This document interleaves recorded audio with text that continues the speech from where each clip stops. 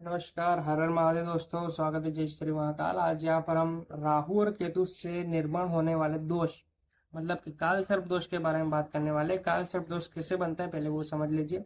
जब भी जन्म कुंडली में राहु और केतु इन दोनों ग्रहों के बीच में सारे के सारे 7 ग्रह मतलब कि सूर्य से लेकर शनि तक, सूर्य, चंद्र, मंगल, बुध, गुरु, शुक्र और शनि, ये सारे के सारे ग्रह अगर आ जाते हैं, ऐसा जरूरी नहीं कि सीक्वेंस में ही आने चाहिए, दो दो के पेयर में हो या सिंगल सिंगल हो, कोई दिक्कत नहीं, लेकिन सारे के सारे ग्रह राहु और केतु के कोई भी एक बाजू होने चाहिए, लेफ्ट या राइट कोई भी एक बाजू कुंडली में होने चाहिए, तब काल सर्प का निर्माण होता है।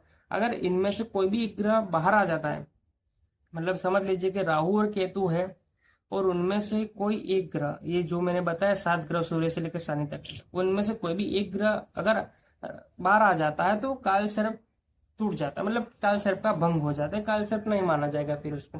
लेकिन कई लोग कहते हैं उसे आंशिक काल सर्प माना। देखो, आंशिक कुछ होता ही नहीं है।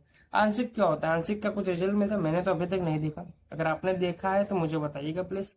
देखो, काल सर्प जो होता है उससे कोई डरने की बात नहीं। लोग बहुत ही बड़ा चढ़ा के बात करते हैं और डराते हैं लोगों से और पैसे ले लेते हैं, लेकिन ऐसा करने की कोई जरूरत नहीं और ऐसा करना भी नहीं चाहिए।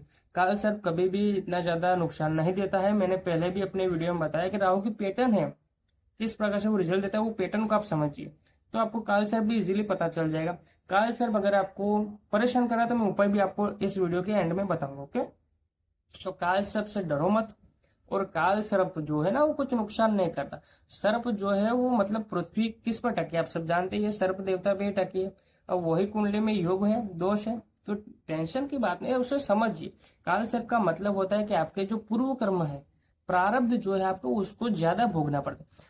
जिनकी कुंडली में काल सर्प नहीं है वो अपनी मेहनत से, अपने भाग्य से सब कुछ हासिल कर सकते हैं, लेकिन जिनकी कुंडली में काल सर्प है वो भी हासिल कर सकते हैं, लेकिन उनको पहले प्रारब्ध भोगना पड़ेगा। उनको सबसे पहले अपना प्रारब्ध काटना पड़ेगा। और वो कब कटेगा? जब वो नाम जप करेंगे, पूजा पाठ करेंगे, अपने कर्म को एक दिशा सही देंगे। ऐसा नहीं कि बस कर्म करते जाओ, लेकिन सही कर्म करो, सही दिशा में कर्म करो। उसके लिए कुंडली देखो पहले कि कुंडली आपसे क्या करवाना चाहती है, ग्रह आपसे क्या करवाना चाहती है। उस प्रकार से फिर आप काल सर्प के बारे में सोच के और समझ कर फिर आप अपना जीवन थोड़ा सरल बना सकते हैं। अब उपाय के बारे में बात कर लेते हैं। तो उपाय में ऐसा है कि देखो, काल सर्प नाम ही है काल सर्प, तो आपको सबसे पहले सर्प देवता की पूजा करनी होती है। उसमें क्या करना पड़ता है? पंचम तिथि जब भी आती है, शुक्ल पक्ष की हो या कृष्ण पक्ष की हो, लेकिन पंचम तिथि को आपको सर्प देवता की पूजा करनी होती है। फिर आपको शिवलिंग पर काले तिल डालकर, दूध में काले तिल डालकर नित्य तो अभिषेक करना ही है, लेकिन